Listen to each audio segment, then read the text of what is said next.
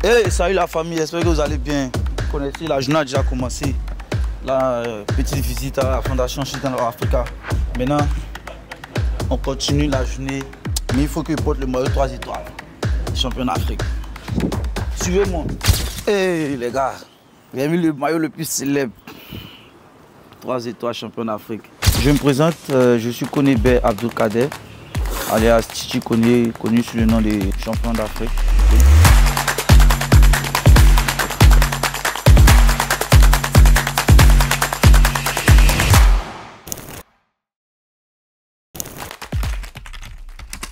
Titi Kone, ivoirien, né à Yopougon, 3 fois champion de freestyle de Côte d'Ivoire, 2 fois champion d'Afrique, participation aux 4 fois championnat du monde. Je fais mes preuves dans le Maracana aussi, c'est la personne Titi Kone. Ce qui m'a poussé à aller dans le football freestyle, d'abord j'aimais bien la technique, surtout que je regardais des vidéos de Ronaldinho et de nos anciens grands frères aussi, qui étaient là-bas, c'était la technique, le jonglage et tout. C'est ce qui m'a beaucoup plus attiré, tu vois. Le freestyle, j'ai une passion d'abord. Dans les débuts, c'était pas en mode je vais prendre pour faire un métier en fait. Où j'ai été connu, c'était en 2010. C'était au complexe de Yopougon. J'ai participé à un événement là-bas et j'ai continué. En 2012, j'ai fait la première compétition de Côte d'Ivoire. C'était ma première fois d'être champion de Côte d'Ivoire. Et il y avait la qualification pour aller en Italie. Et il faut dire que c'était vraiment chaud pour avoir le visa pour aller en Italie. Mais malheureusement, j'ai fait tous mes efforts, je n'ai pas eu le visa. Donc je me suis plus concentré sur l'année suivante, qui était l'année 2013. J'ai fait le championnat de Côte d'Ivoire, j'ai remporté. Là, je deviens 2 fois maintenant champion de Côte d'Ivoire. J'ai fait encore la qualification mondiale maintenant. 2013, j'ai remporté. Et il faut dire, pour avoir le visa du Japon, ça a été facile. Parce qu'ils ont demandé personnellement qu'on ramène papa et maman là-bas. Personnellement, papa est décédé. Le lendemain, on me dit, ouais, et les gars demandent c'est quoi freestyle, que de ramener un ballon, tout ça. J'ai ramené le ballon là-bas, j'ai fait les gestes sur place. Et là, sur place, les gars disent, ah, c'est ça freestyle, ok.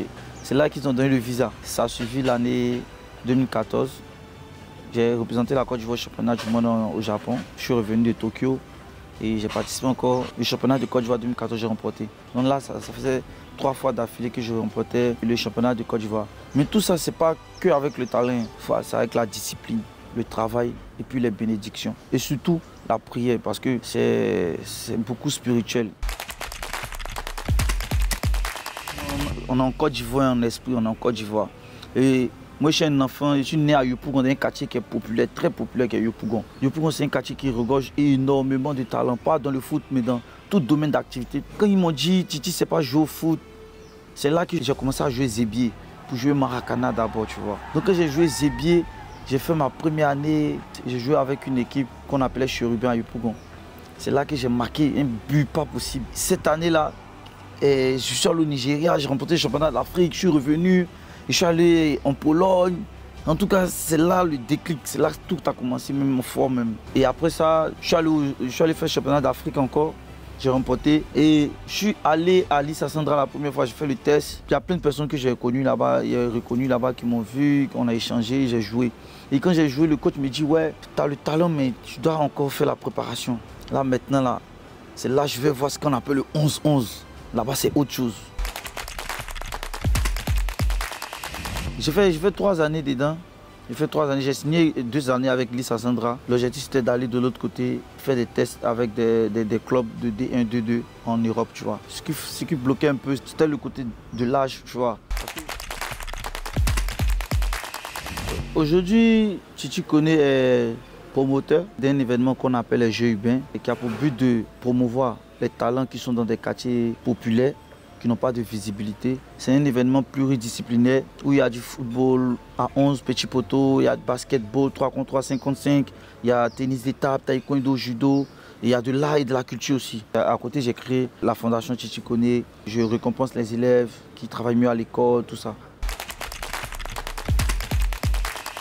Je travaille avec une structure qui est au Maroc, qu'on appelle Switch. Et là, on essaie de travailler sur beaucoup de choses. Je peux participer à des événements, à jouer des tournois qui sont très bien organisés. Par exemple, la Kings League qui se déroule en Europe. Mais ça demande beaucoup de travail. J'essaie de travailler plus ou moins la tête reposée avec mon grand frère Ahmad Kone, qui est mon manager. Le conseil que moi j'ai à donner à des jeunes qui sont dans le sport ou dans n'importe quel domaine, D'abord, il faut comprendre juste que pour l'évolution d'un talent, c'est la discipline dans tout ce que tu fais. Il faut avoir les règles dans la prière, chercher les bénédictions des parents quand les parents sont en vie. Faire des grands sacrifices en fait. Parce qu'il y a beaucoup de choses qui nous éloignent de notre bonheur en ensemble. Merci beaucoup, c'est terminé.